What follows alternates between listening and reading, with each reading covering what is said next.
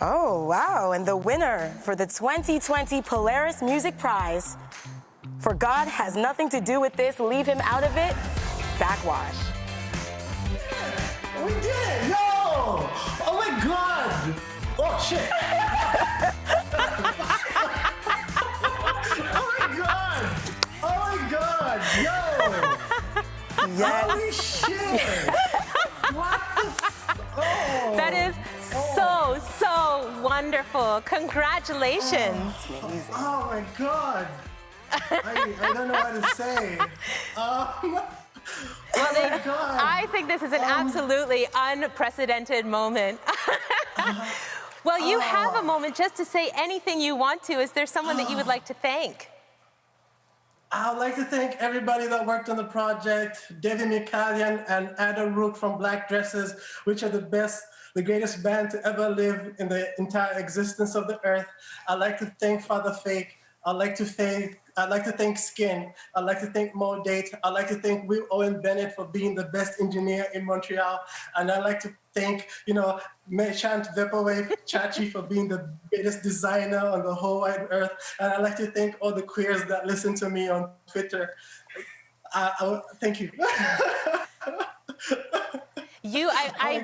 I can hear how excited you are. This is so wonderful. Yeah. I really want to ask you a few questions since we have you here. This album is fiercely political. It is deeply personal. We get so close to you listening to this music. Where did you find the bravery to put so much of yourself into this album? I think all my music was missing was a personal story. And, I was afraid to kind of put that on the record. And, I just pulled the lever and I kind of just put that on the record and express myself as honestly as possible. Because I think the most important thing is to make the music that you want to make. And I felt like I was making the music that I wanted to make. And that's how it came out. The album opens with this awesome loop from Black Sabbath. I mean, like right from the beginning, we're with Ozzy Osbourne, and you've used that in this really percussive way. How did heavy metal inspire you as you were writing the album? Heavy metal inspired me because it was something that was so taboo growing up because it was always associated with Satanism. So as soon as I grew up and I started, expressing myself and finding out more about myself, I went back to my roots of being a fan of heavy metal, and I just like the feeling and how cathartic, heavy metal is. And it just like inspired a lot of the sonics behind this. And I'm just so grateful it put through.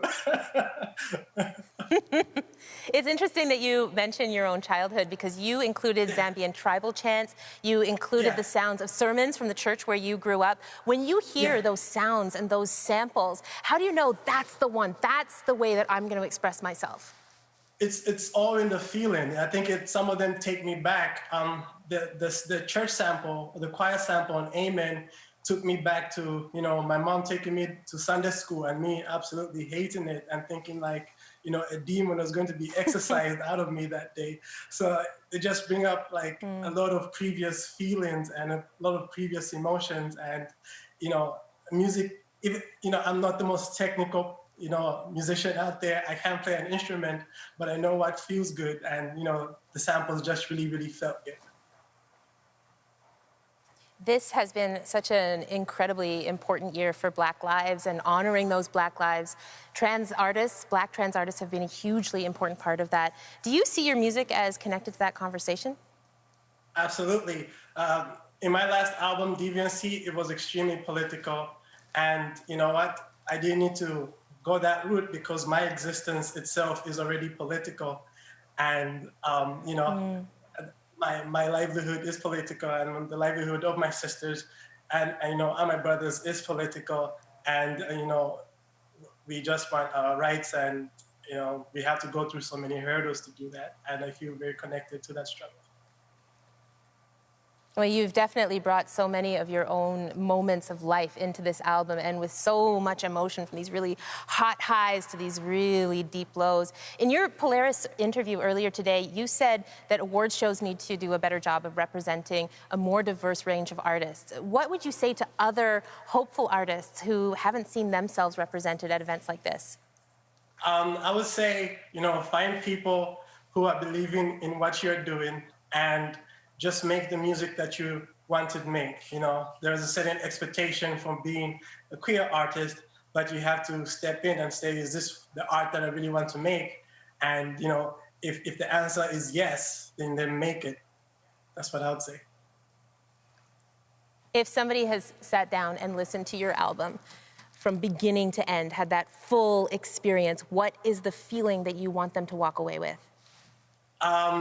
You know, it's kind of like asking the question of what forgiveness is, and it takes you through a journey. And I know somebody's having those same experiences right now.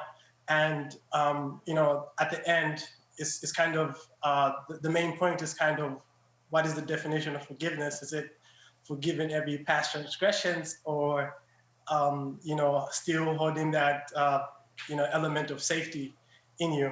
So I think what I would like for them to walk away with is for them to come with me to this journey and kind of answer that question at the end for themselves, or myself. Well, we're with you so far on this amazing journey. Congratulations again. What an incredible, incredible win. Thank you. Absolutely. Thank you. Thank you.